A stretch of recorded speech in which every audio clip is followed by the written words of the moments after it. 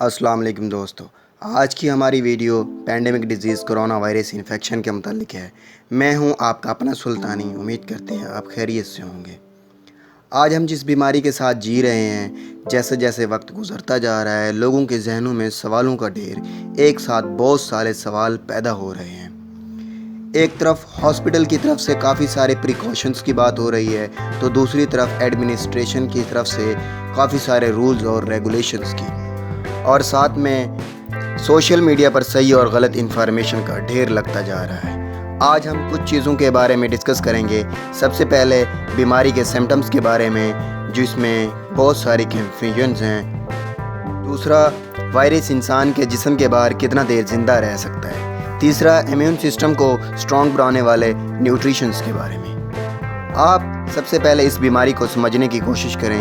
یہ ایک ڈراپلٹ انفیکشن ہے، یعنی کہ جو ایک انفیکٹڈ انسان سے اس کے کھانسنے یا چھینکنے سے یہ وائرس ڈراپلٹ کی فارم میں باہر آتا ہے، اور ان سے کراس کنٹیکٹ کی وجہ سے ان کے ارد گرد انسان کو سانس کے ذریعے ہوتے ہوئے ان کے لنگز میں چلا جاتا ہے۔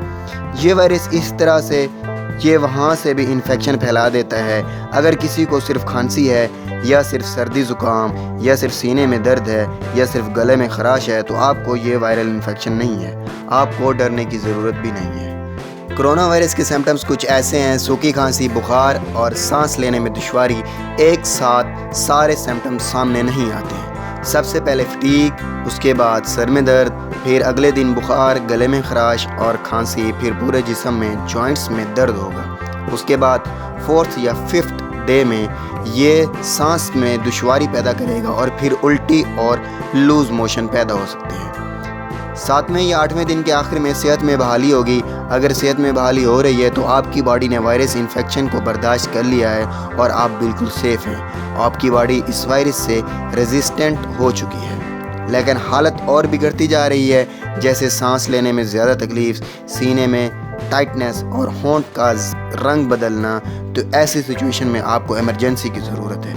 اور ویسے ہر ملک میں انسان کی امیونٹی کے حساب سے الگ الگ اثر دیکھا جا رہا ہے، اس لیے کچھ ملک میں ڈیتھ ریٹ زیادہ ہے تو کچھ ملک میں زیادہ نہیں ہے، اور زیادہ تر 25% لوگوں میں کوئی بھی سمٹمز دکھائی نہیں دے رہے۔ نئی ریسرچ کے حساب سے یہ وائرس ہوا میں 2.5 سے 3 گھنٹے تک رہ سکتا ہے۔ اس کے علاوہ گتے یعنی کارڈ بورڈ پہ 1 دن، پلاسٹک اور سٹیل پہ 3 دن، لکڑی اور گلاس پہ 5 دن، ایلومینیم پہ 8 گھنٹے، اور اگر یہ کہا جائے کہ نوٹ پکڑنے یا پھر باہر سے آئے ہوئے سامان سے انفیکشن ہو سکتا ہے، تو بالکل ہو سکتا ہے۔ ایکسچینج نوٹ اگر کسی انفیکٹڈ انسان سے ہوا تو بالکل ہو سکتا ہے۔ اس لیے باہر سے سامان پکڑنے کے بعد آپ کو مشورہ دیا جاتا ہے کہ آپ اپنے ہاتھ کو اچھی طرح سے واش کر لیں۔ How to boost your immune system. آج کے ٹائم جن کا امیون سسٹم ویک ہے، ان پر اس وائرس کا انفیکشن زیادہ اثر ڈال رہا ہے، اور وہ لوگ ہائی رسک میں کاؤنٹ ہوتے ہیں۔ ایسی سچویشن میں سوال تو بنتا ہے کہ امیون سسٹم کو مضبوط کیسے کیا جا سکتا ہے۔ آئیے سب سے پہلے سمجھتے ہیں کہ یہ امیون سسٹم ہے کیا۔ امیون سسٹم آرگن، سیل اور پروٹین کا ایک نیٹ ورک ہے۔ امیون سسٹم ہمارے جسم کا نیچرل سپورٹ سسٹم ہے، جو ہمیں جرمز، بیکٹیریا، وائرسز اور مائکروب سے سیو رکھتا ہے۔ ہمیں کوئی بھی بیماری ہوتی ہے تو سب سے پہلے یہ خود فائٹ کرتا ہے، اور اگر یہ ہار جائے تو ہمیں باہر سے دواؤں کی ضرورت پڑتی ہے۔ تو اب سوال یہ ہے کہ امیون سسٹم کو مضبوط کیسے بنایا جائے۔ امیون سسٹم کو مضبوط بنانے کے لیے 5 چیزیں ضروری ہیں۔ سب سے پہلے ہیلدی سلیپ، 6.5 سے 7.5 گھنٹے سکون کی نیند بہت ہی ضروری ہے۔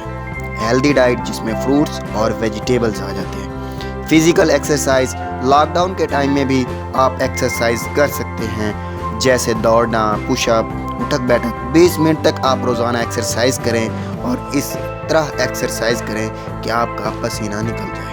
نیکسٹ ہم چلتے ہیں how to improve your immune system against corona virus. Smoking بند کر کے، ڈرنکنگ بند کر کے، اور جو بھی کھانا آپ کھائیں، اگر یہ 5 چیزیں ہیں تو آپ کا امیون سسٹم مضبوط ہوگا۔ First of all vitamin C, second number پر vitamin A, zinc, beta carotene, omega 3 fatty acid. آپ کے جسم کو اس سے اینٹی آکسیڈنٹ ملے گا، اس سے آپ کی امیونٹی اور عمر بھی بڑھے گی۔ وٹامن سی کے لیے سٹرس فروٹ یعنی کہ سنترے، لیموں، انگور اور سٹرابری،